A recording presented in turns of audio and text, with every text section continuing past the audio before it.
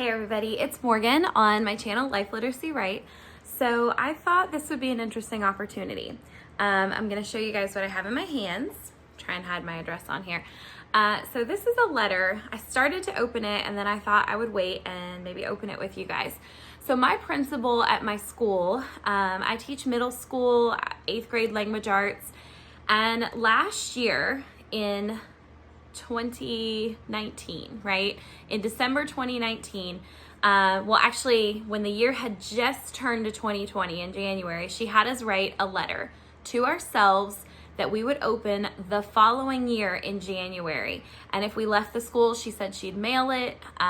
If we were still there, we'd get it in person. Well, we had no idea at that time what would happen this year. We had nobody did, right? Nobody knew what 2020 would unfold on us. And so what she did today is she mailed this letter out to all of us. And I just got it in the mail. And it's now 2021. And then she also had us write a letter now for ourselves to open next year.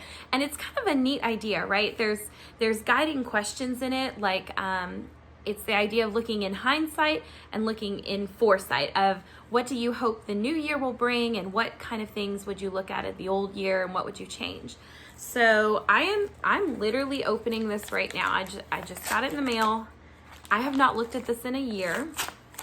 I have no idea what it says. I kind of have one thing I remember writing, and I'm just curious to read what I wrote myself. And we wrote these at school to, just keep it pretty straightforward. So let's unfold this. And she gave us guiding questions to think about. So this is what she said, or it says.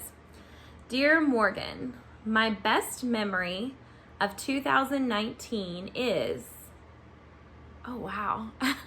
Oh gosh, guys, I didn't think this would make me emotional.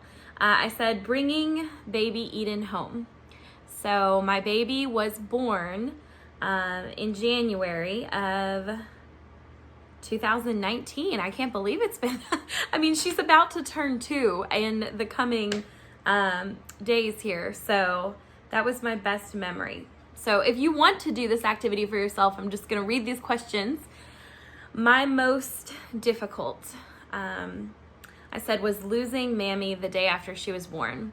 So Mammy is my affectionate grandmother name for my grandmother. And she was battling cancer and very, very sick at the time. And I just had one prayer that she would live to see my daughter born. And she died the day after she was born. And my mom informed me that she was able to show my grandmother a picture of the baby and tell her that she had been born and that she was here. And she was kind of in and out with pain medications, but she was lucid enough to acknowledge that. And so it was just a really profound memory for me. The experience, lesson, or growth I am most proud of professionally in 2019 is learning to use YouTube. That's when I just started doing this, was 1 year ago, and I was just wanting to grow and learn how to do this and maybe even use it in my classroom. I said editing videos and getting my classroom to a comfortable place. So I had finally reached a place where I felt really good as a teacher. I felt like I had it all together. I felt like I knew my lessons. And then of course, this past year flipped all that upside down and I had to learn everything, and I had a growth curve like this to learn online learning. The thing I am most proud of personally in 2019 is, oh wow, this takes me back. I said overcoming postpartum depression. Thinking I couldn't work and make it through the school year, and I did. I have had postpartum depression with all 3 of my children. It is a very serious thing, and I eventually had to have medication for all of them to get out of it. I learned signs of it. I learned how just detrimental it can be. So if you or someone you know is struggling with that, I have been there, and it's just huge to think back in the span of a year how dark some of those depression days were and where I'm at now. And just the growth that I've made. Something I will change professionally in 2020. So again, she kind of focused a lot of this on our school stuff, but it had personal touches. I said more lessons that feature creativity and fun. Well, I've had to change lessons completely online, and I like to think I'm still making them creative and fun. Something I will change or improve personally in 2020. Less time on my phone, more self-care, walking to lose weight. Well, let me think about those. Less time on my phone is still a goal, something I want to do. I still struggle with it. I just know that, I don't know, I just struggle with being addicted to screens, and I'm constantly kind of fighting that battle and putting it away at times and trying to make sure that I keep my focus where it's supposed to be. Self-care, it's always an ongoing journey. And walking to lose weight, I did that this summer when it was warm out. Now that it's January again, definitely not motivated for that. Instead, I have been doing hot yoga. It's a type of yoga in a heated room, and it has been great for my self-care. A wish or dream or hope I have for myself in 2020. I want to write a book and incorporate my writing into my daily life.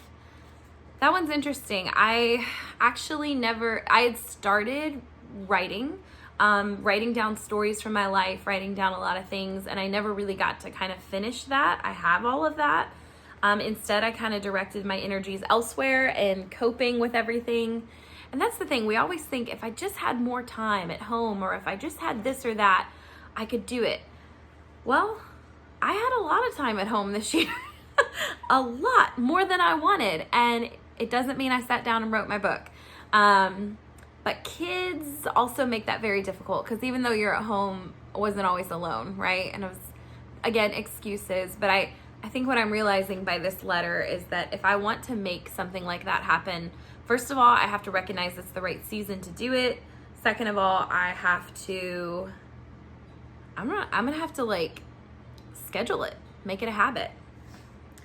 A prediction I have for the world, myself, or my family in 2020 is, I said, I predict my marriage will succeed and my kids and myself will grow deeper in love with Jesus. Wow, strong words to end that letter. While I could not have predicted anything that would come in this last year, I think that's the one solid hope and foundation I always rest upon, is that it's the one thing I can control, right? Is my faith and deepening of my faith and leaning into God when times are uncertain and not sure. And, you know, as I think about the year ahead and now reflecting on the year that has passed and what is to come, if I were to write a letter to myself again and I were to include that same concept, a prediction I have for what is to come, I think I would say the same thing. I just know that I will continue to grow in my love and my hope and my faith. And that will always be there no matter what comes, because I've been through some hell. I have. And I know that when everything fell out, when the bottom fell out, when it hits rock bottom, God has been there. God has been my rock and my redeemer. So thank you guys for watching this with me. It was kind of fun to reminisce. Bye, you guys. Have a good one.